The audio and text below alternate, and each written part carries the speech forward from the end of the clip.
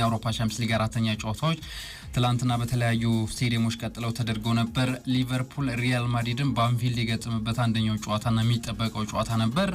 ይሄ ጨዋታ በሊቨርፑል 1-0 አሸናፊነት ተጠናቋል።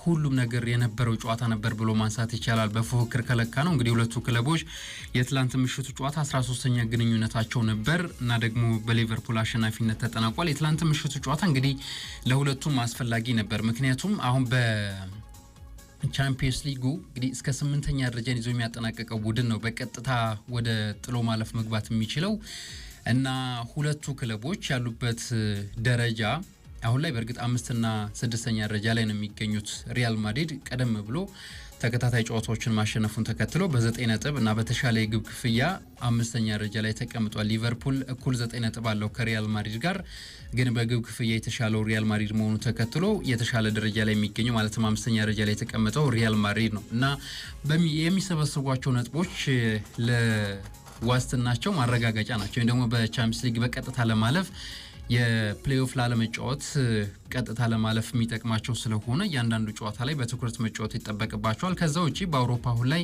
ጥራት ካላቸው ክለቦች መካከል ሁለቱን በቁንጮነት የሚነሱ ናቸው እና የሚያደርጓቸው ጨዋታዎች ሁለቱም ከዚህ ቀደም የነበራቸው ከፍ ያለ ፉክክር የሚታይበት እንደሆነ ይታወቃል። በትላንት ምሽቱ ጨዋታ እንግዲህ ሁለቱም የተለያየ ፎርም ነበራቸው በጨዋታ አቀራረብ እና ደግሞ ጨዋታን በመቆጣጠርና ኳስን በመቆጣጠር ሁለቱም የየራሳቸው ድርሻ ነበራቸው። በተለይ በኳስ ቁጥጥር የተሻለ ክለብ የነበረው ሪያል ማድሪድ ነው። 57% የኳስ ቁጥጥር ብልጫ ነበረው። ከዛ ውጪ በግብ ክፍያ እንደዚሁም ደግሞ ጨዋታን በመቆጣጠር ሪያል ማድሪድ በሊቨርፑል ተበልጦ ነበር። ለምሳሌ በትላንትናው ጨዋታ ያለቀላቸው የግብ ዕድሎችን በመፍጠር እንኳን ከተመለከትን ሊቨርፑል 9 ያለቀላቸውን የግብ አጋጣሚዎች ፈጥሮ ነበር። እንግዲህ ምናልባት ግብ ጠባቂው ቲቦ ኮርቷ ባይሆን ኖሮ በተለይ ከሳጥን ውጪ ዶሚኒክ ሰቦዝ ላይ ደጋግሞ ሞክራቸው የነበሩ የግብ ዕድሎች ወደ ግብነት የሚቀየሩበት እድል ነበር። ያለቀላቸው የሚባሉ ከሳጥን ውጪ አክሮ የሚመታቸው ትላንት እንኳን ባየነው 3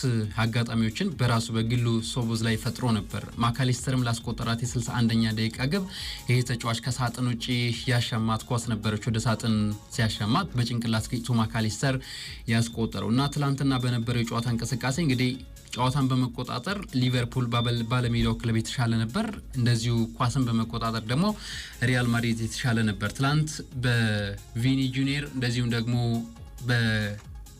ኬሊያን ኤምባፔ የሚመራው የሪያል ማድሪድ የፊት መስመር 2 ያለቀላቸውን የግብ ዕድሎች ነበር የፈጠረው እና ደግሞ ያን ያክል ማማርዳሽቪሊ የሚፈትኑ ናቸው ለማለት ያስቸግራል። ያው አንዳንዶቹ በትክክለኛ ኦን ታርጌት መሆናቸው እንጂ ምን ያክል ግብ ጠባቂውን ፈትነዋል በሚለው ጥራት ከተለኩ ከኮርቷ አንጻር ከለካ ነውም የማማርዳሽቪሊ ያን ያክል ተፈትኖባቸዋል ብሎ ለማንሳት ያስቸግራል። 61ኛው ደቂቃ ላይ ማካሊስተር ግቧን ሲያስቆጥር ቀደም ሲል እንዳነሳው ሶቦዝ ላይ ነበር ወደ ሳጥን ያሻማው። ከዚህ ቀደም እንደውም በቆመ ኳስ አጠቃቀም ሲወቅሱ ነበር አይደል ሚኬል አርቴታን አርኔ ስሎት። ግን ከቆመ ኳስ ሊቨርፑል ትላንትና ወደ ሳጥን የተሻማችውን ግብ በጭንቅላት ተገይታ የተቆጠራችውን በማካሊስተር አማካይነት አሸናፊ አድርጋለች። አርኔ ስሎት እንግዲህ በምሽቱ ጨዋታ በአማካይ ቦታ ላይ አሌክሲስ ማካሊስተር ግብ ያስቆጠረውን ተጫዋች ጨምሮ ግራቨን ፐርችና ዶሚኒክ ሶቦዝ ላይ ነበር ያጣመሩት እና ይሄ በተለይ ለሶቦዝ ላይ የበለጠ ነፃነትን ሰጥቶታል ብሎ ማንሳት ይቻላል። በግብ ፈጠራው በኩል የግብ ምንጭ ለመሆን ሲሞክር ያመሸበት ምሽት ነበር። በራሱም እንደዚሁ በግል ከሳጥን ውጪ የሚሞክራቸው አጋጣሚዎች ለሪያል ማድሪድ ተከላካዮች እንደዚሁም ደግሞ ለቲቦ ኮርቷ ፈታኝ ሆኖ ያመሸበት ምሽት ነበር ትላንትና። በተለይ በአንፊልድ የነበረው የደጋፊዎች ድባብ ደግሞ ከፍ ያለ መነሳሳትን ለክለቡ ተጫዋቾች እንዲፈጥር ያደረገበት ይመስለኛል። ሶቦዝ ላይ እንግዲህ ከዚህ ቀደም በፉልባክነት ወይም ደግሞ በተመላላሽ የቀይ መስመር ተጫዋች ሆኖ ተመልክተነዋል። ከቀኝ የተነሳ ወደ ግራ በማጥቃትም እንደዚሁ ቡድኑን ሲያግዝ ነበር። በዚህ ውድድር ዓመት በተለይ በእንደዚህ አይነት ሚና በ1-5 ወይ ደግሞ 6 ጨዋታዎች ላይ ተመልክተነዋል። የተጫዋቾችን በተለይ በዛ ቦታ ላይ የሚሰለፉ ተጫዋቾች እንደነ ፍሪምፖንግ ከዛ ውጪ ጎሜዝንም ጉዳት ተከትሎ እንደዚህ አይነት አሰላለፎችን ስንመለከት ነበር እና ሮበርትሰንም እንደዚሁ በሁለቱም በኩል መጫወት የሚችል ተጫዋች ነበር። የሱንም ሚና በመተካት እንደዚሁ እንደዚህ አይነት የጨዋታ መንገዶችን ሲጠቀም ተመልክተን ነበር። ትላንትና የሊቨርፑል የማጥቃት ምንጭ የሚሆነው ይሄ ተጫዋች ነበር። በተለይ በመልሶ ማጥቃት በሚደረጉ ሽግግሮች ላይም ይሄ ተጫዋች አስጀማሪ እንደነበር አይተናል። ዶሚኒክ ሶቦስላይ ትላንትና ድንቅ የነበረው ተጫዋች ይሄ ነው በሊቨርፑል በኩል። ከዛ ውጪ ኪሊያን ምባፔ በግሉም እንደዚሁ በአንዳንድ ጥረቶች በሪያል ማድሪድ በኩል ተጽዕኖ ለመፍጠር ሲሞክር የነበረው ተጫዋች እሱ ነው። ቹዋሚኒ፣ ካማቪንጋና ቫልቬርዴ የነበሩ መሀል ላይ ካርዳ ጉለር ኋላ ሆነው ጨዋታውን ለመቆጣጠር ሲሞክሩ የነበሩት ግን በግብ ፈጠራው በኩል ትላንትና ሪያል ማድሪድ ጥሩ እንዳልነበር በምሽቱ ጨዋታ ላይ ተመልክተናል። በጨዋታው በሁሉም ነገር ሊቨርፑል የተሻለ እንደነበር ቀደም ሲል አንስቻለሁ። የግብ አጋጣሚዎች በመፍጠር እንደዚህም ደግሞ ኳስን ለተጋጣሚ በመስጠት ጨዋታን ተቆጣጥሮ ለማምሸት ለመውጣት ያደረገው ሙከራ ተሳክቶለታል። ምናልባት ቀደም ሲል እንዳነሳሁት እንግዲህ ብዙ የግብ ዕድሎችን ፈጥሯል። ያለቀላቸውን 9 የግብ ዕድሎችን ነው በኢላማቸውን የጠበቁ የሚባሉትን ሙከራዎች ማድረግ የቻለው። ቲቦ ኮርቷ በተለይ አንዳንዶቹ በጣም ፈታኝ እንደነበሩ ለሱም ተመልክተናል። ግን ሊቨርፑል ተከታታይ ድል በሁሉም ውድድሮች ያስመዘገበበት እና ደግሞ በአውሮፓ ቻምፒየንስ ሊግ ሊቨርፑል የትላንትናውን ድል ተከትሎ ደረጃውን የሚያሻሻለበት ሆኗል። በሊጉ እንግዲህ በዚህኛው ውድድር ዓመት 13ኛ ግንኙነታቸው ነው ብያለው ቀደም ሲል 5ኛ ድሉ ነው ለሊቨርፑል የትላንትና ምሽቱ በሪያል ማድሪድ ላይ ያገኘው ድል። ግን ሪያል ማድሪድ 7ቱን ከዚህ ቀደም የእርስ በርስ ግንኙነታቸው ካደረጓቸው 12 መካከል 7ቱን አሸንፎ በበላይነት ይመራል። የቻምፒየንስ ሊግ ጨዋታዎች በሌሎች ስቴዲየሞችም ቀጥለው ተደርገው ነበር። ወደ ቼክ ያቀናው አርሰናል ስላቪያ ፕራሃን 3-0 በሆነ ውጤት አሸንፏል። ሚኬል ሜሪኖ 2 ግቦችን አስቆጥሯል። በአርሰናል በኩል ቡካዮ ሳካ በፍጹም ቅጣት ምት ሌላኛውን የአርሰናል ግብ ያስቆጠረ ተጫዋች ነው።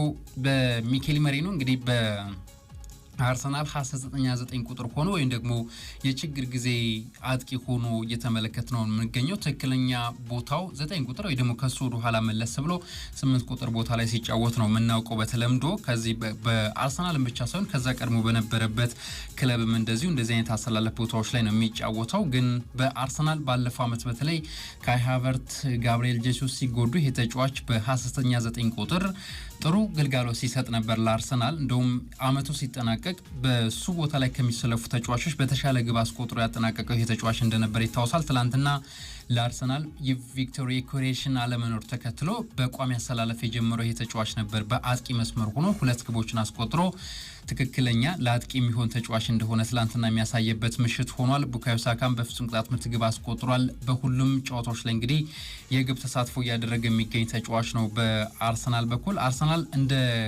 ክብረ ወሰኖችን እንግዲህ አዳዲስም እያስመዘገበ ያለበት ሆኗል። እንደ ክለብ ከ1969/70 የውድድር ዓመት በኋላ በአርሰናል እንግዲህ በተከታታይ በቻምፒየንስ ሊግ 4 ጨዋታዎች ላይ ግብ ሳይቆጠርበት እና ደግሞ ተከታታይ ጨዋታዎችን ያሸነፈ ክለብ ሆኗል። ይህንን ማድረግ የቻለው ቀደም ሲል እንዳነሳሁት በ1967 የውድድር ዓመት ሊድስ ዩናይትድ ነበር። ከዛ በኋላ እንግዲህ በአውሮፓ ቻምፒየንስ ሊግ የመጀመሪያዎቹን 4 ጨዋታዎች ግብ ያልተቆጠረበት ክለብ በመሆን ጀምሯል። ማክስ ዶማንም እንደዚሁ ትላንትና የሄሊንድ ውጤት የሆነው በአርሰናል በኩል ተሰልፎ ነበር። ተቀይሮ ገብቶ ተጫውቷል እና 16 ዓመት ሳይሞላው 15 ዓመት ከ308 ቀናት ሆኖት በአውሮፓ ቻምፒየንስ ሊግ በእድሜ ትንሹ የተሰለፈ ተጫዋች ሆኖ አዲስ ክብረ ወሰን አስመዝግቧል። በምሽቱ ጨዋታ ሚኬል አርቴታ ሚኬል ሜሪኖን ቀደም ሲል እንዳነሳሁት በ9 ቁጥር ቦታ ላይ አሰልፎ ተጫውቷል። ከዛ ውጭ ትሮሳር እና ዋኒሪ ሳካን ጨምሮ በአጥቂ መስመር ላይ የተጠቀማቸው ተጫዋቾች ነበሩ። እንደነ ካላፊዮሪ አይነት ተጫዋች ደግሞ ትላንትና በተቀያሪ ወንበር ላይ ሆኖ ተመልክተን አይተናቸዋል እና ተቀይሮ የሚገቡ ተጫዋቾችን በአርሰናል ውጤታማ እንደሆኑ እያየን ነው የምንገኘው። ፒኤስጂ በባየር ሙኒክ 2-1 የተሸነፈበትም ጨዋታ ሌላኛው የትላንት ምሽት ጨዋታ ነበር። በዚህ ጨዋታ ላይ ሉዊስ ዲያዝ 4ኛውና 32ኛው ደቂቃ ላይ የባየር ሙኒክን የማሸነፊያ ግቦች ያስቆጠረ ተጫዋች ነው። ግን ግቧን ካስቆጠረ ሁለቱንም ግቦች ካስቆጠረ በኋላ በመጀመሪያው 45 ተጨማሪ ደቂቃ ላይ በቀይ ካርድ ከሜዳ ወጥቷል። በቀጥታ ቀይ ካርድ ነው ከሜዳ የወጣው። አሽራፍ ሀኪሚ ላይ አደገኛ ጥፋት መስራቱን ተከትሎ እንግዲህ በዕለቱ ዳኛ በቀጥታ ቀይ ካርድ ተሰጥቶት ከሜዳ ወጥቷል። ጆ ኔቬስ የፒኤስጂን የመጽናኛ ግብ ያስቆጠረ ተጫዋች ነው። እንግዲህ ትላንትና ማሸነፉን ተከትሎ ባየር ሙኒክ በቪንሰንት ኮምፓኒ ያለ መሸነፍ ጉዞን በዚህ ዓመት ያስቀጠለበት ሆኗል። 16 ጨዋታዎች በሁሉም ውድድሮች አድርጓል እና ደግሞ 16ቱንም አሸንፏል። በቡንደስሊጋው እንኳን 9ኙንም የቡንደስሊጋ ጨዋታዎች አሸንፏል እና 33 ግቦችን ነው ተጋጣሚዎች ላይ ያስቆጠረው። በሁሉም ውድድሮች ደግሞ በዚህ ዓመት እንግዲህ 16 ጨዋታዎችን ቀደም ሲል እንዳነሳውት አሸንፏል። 56 ግቦችን ተጋጣሚዎቹ መረብ ላይ ሲያሳርፍ 11 ግቦች ብቻ ናቸው የተቆጠሩበት እና የቪንሰንት ኮምፓኒ ቡድን ምናልባት በዚህ ዓመት ወደ ቀደመ ገናናነቱ ወደ አውሮፓ ቻምፒየንስ ሊግ አሸናፊነቱ ሊመለስ የሚችልበት እድል እንዳለ እንደዚሁ ፍንጮች የሚሰጥ እንቅስቃሴና ብቃት ነው ያሳየ የሚገኘው። ቶትናም በሜዳው ኮፐንሃገንን አስተናግዶ ነበር 4-2 በሆነ ሰፊ ግብ ልዩነት አሸንፏል። ብሬናን ጆንሰን 19ኛው ደቂቃ ላይ ግብ አስቆጥሯል። ዊልሰን ኦድቤርት ግብ ያስቆጠረ ሌላኛው የቶትናም ተጫዋች ነው። ሚኪ ቫን ዴሚን፣ ጆ ፔሊኒያ ቀሪ የቶትናም ስፐርን ግቦች ያስቆጠሩ ተጫዋቾች ናቸው። በዚህ ጨዋታ ላይ ቀደም ሲል እንዳነሳሁት ብሬናን ጆንሰን ግብ አስቆጥሮ ነበር እና 19ኛው ደቂቃ ላይ ግብ አስቆጥሮ በሁለተኛው አጋማሽ 57ኛው ደቂቃ ላይ ጥፋት በቀይ ካርድ ከሜዳ ወጣ ተጫዋች ሆኗል። አትሌቲኮ ማድሪድ በሲቪንታ ዋንታ ሜትሮፖሊታኖ ሴንት ጊሎስን ገጥሞ ነበር 3-1 በሆነ ውጤት አሸንፏል። ሁሊያን አልቫሬዝ ኮነ ጋራገር ከዛ ውጪ ማርኮስ ሎሬንቴ ግቦችን ያስቆጠሩ ተጫዋቾች ናቸው። አትሌቲኮ ማድሪድ